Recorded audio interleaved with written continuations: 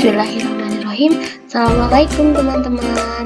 Kali ini kita akan belajar tentang makhluk hidup dan penyusunnya. Apa saja sih atom yang menyusun makhluk hidup? Nah, pertama-tama kita harus mengetahui struktur makhluk hidup. Yang pertama adalah atom, kemudian sel, kemudian adalah jaringan, kemudian organ, kemudian sistem organ, dan kemudian adalah organisme. Nah, kalian tahu kan ini apa? Ya betul, ini adalah tabel periodik. Nah, dari 118 elemen, 20 lebih diantaranya adalah elemen-elemen penyusun makhluk hidup. Kemudian, apa saja sih penyusun massa tubuh makhluk hidup? Nah, 96% terdiri dari 4 elemen utama, yaitu oksigen, karbon, hidrogen, dan nitrogen. Kemudian, 3,5% terdiri dari 7 makroelemen, yaitu kalsium, fosfor, kalium, sulfur, natrium, klorida, dan magnesium. Kemudian, 0,5% terdiri dari mikroelemen, yaitu selenium, yodium, manga, kromium, kobalt, besi, tembaga, zinc, furin, dan lain-lain.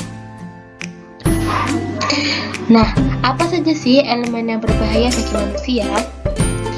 Yang pertama adalah elemen normal yang melebihi batas, yaitu adalah nikel, krom, dan kobalt. Yang kedua adalah golongan logam. Contohnya adalah arsen, merkuri, dan timbal. Mereka ini tidak dapat diolah oleh tubuh, akhirnya akan tertumpuk dan menjadi racun. Yang ketiga adalah elemen radioaktif. Contohnya adalah polonium.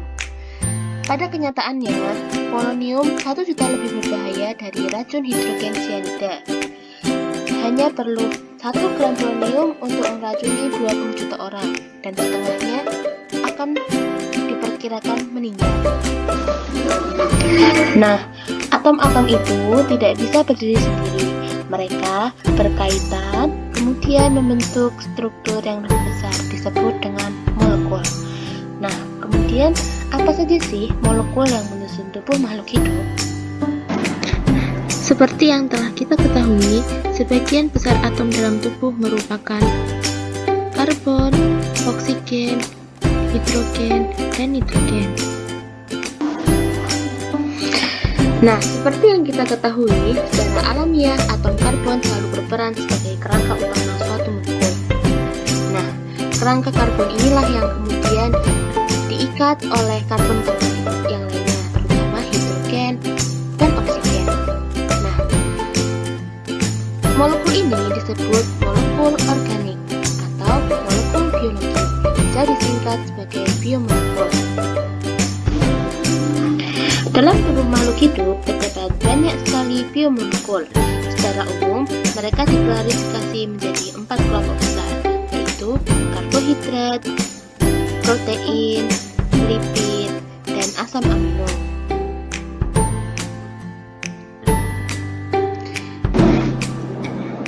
Yuk kita bahas satu-satu. Yang pertama adalah karbohidrat, yang berfungsi sebagai sumber energi, menjaga proses metabolisme tubuh, membentuk struktur sel jaringan, sel, organ tubuh, dan lain-lain.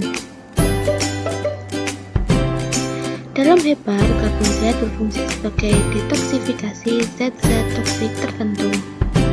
Beberapa jenis karbohidrat memiliki fungsi khusus dalam tubuh. Contohnya adalah ribosa, yaitu sebagai penyusun penting dari asam nukleat. Karbohidrat yang baik adalah karbohidrat yang memiliki banyak serat, sehingga dapat mudah dicerna oleh tubuh. Yang kedua adalah protein. Protein merupakan polipeptida alami yang berfungsi sebagai protein struktural, enzim, hormon-hormon, protein transport di dalam darah, dan sebagai cadangan makanan. Yang ketiga adalah lipid. Lipid berfungsi sebagai sumber cadangan energi utama bagi makhluk hidup, juga sebagai insolator, yaitu sebagai penahan panas panas agar suhu tubuh dapat dipertahankan. Yang keempat adalah asam amino. Asam amino berfungsi sebagai metabolisme sel. Penyusun senyawa penting seperti adrenalin, tirosin, melanin, histamin, dan lain-lain.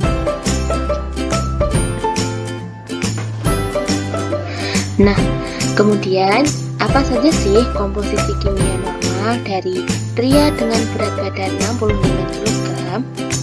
Yang pertama adalah air. Beratnya sekitar 40 kg dengan persentase 61,6%. Yang kedua adalah protein dengan berat 11 kg dengan persentase 17%.